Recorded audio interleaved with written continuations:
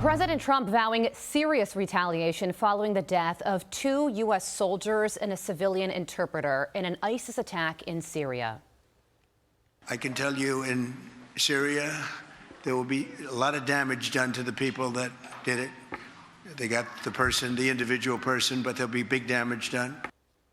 Hudson Institute Senior Fellow Aaron McLean joins me now. Aaron, thank you so much for joining us. And we are now learning the identity of one of the National Guard members who was killed in this attack. He's an Iowa police chief's son, and his name is Nate Howard. The president has vowed retaliation. What should that look like? Hey, good morning. Well, you'll recall that President Trump has a history of extremely strong retaliation when Americans are killed. If you think back to 2019, when the Iranians were engaged in a lot of misbehavior throughout the Middle East, the president demonstrated great restraint right up until an American contractor was killed in December of 2019.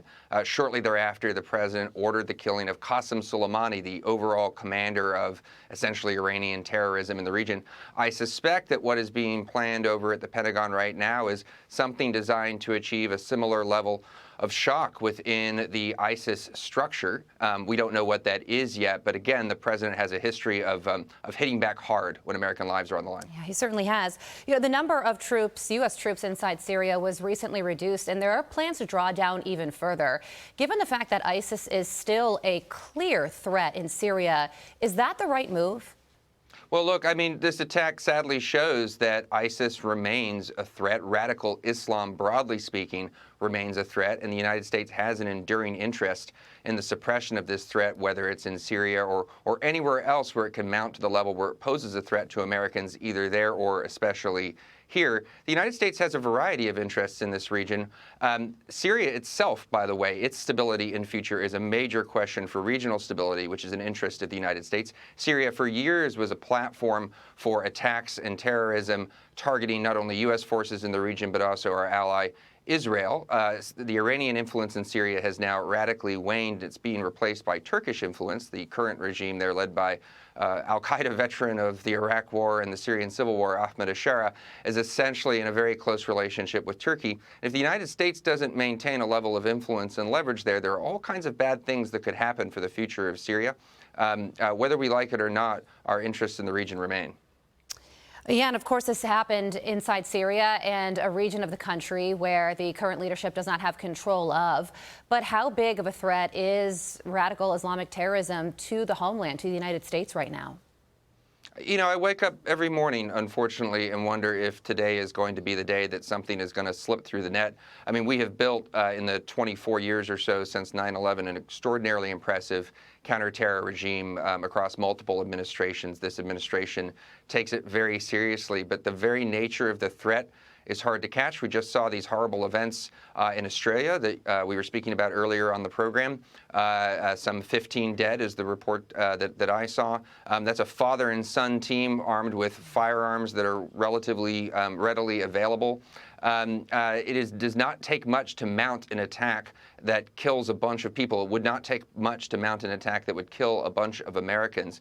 So unfortunately, it remains a threat. Yeah, and you know, President Trump has said that he wants to help Syria become a successful nation, given its history since its founding. That is going to be a huge problem.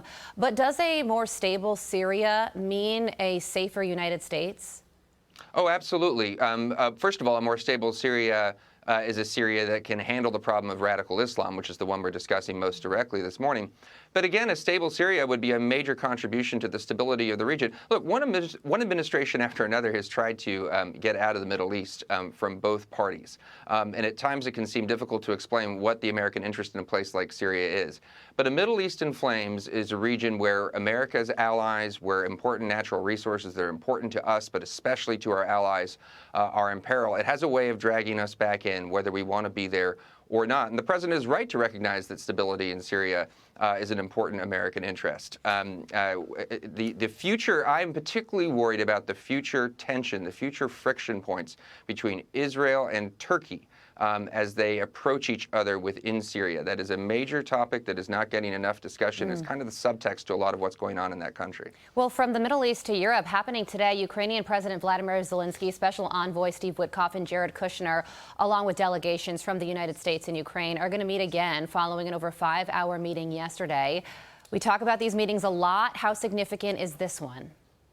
Well, they're sitting down, I think, more or less as we speak to meet right now. It is significant. You have, as you say, Witkoff and Kushner there on the one side. You have Zelensky and other European leaders there on the other. That's a very high-level exchange. I would have moderate expectations of where we are going to go from here. The president's team is an impressive one. Steve Witkoff and Jared Kushner both have records of pulling diplomatic rabbits out of hats. Recently in the Middle East, they secured this extraordinary release of living hostages from Gaza and an agreement with Hamas that stood for some time. Jared Kushner before that, of course, played an important role in the Abraham Accords in the first Trump term. But the issues here between Russia and Ukraine are at least as complex and I think more intractable, if you can believe it, than the issues in the Middle East. And the need, the urgency and the drive for speed, which seems to characterize the administration's approach right now, I think runs some pretty serious risks. Hudson Institute Senior Fellow Aaron McLean, thank you so much for joining us this morning. We appreciate your time, as always. Thanks.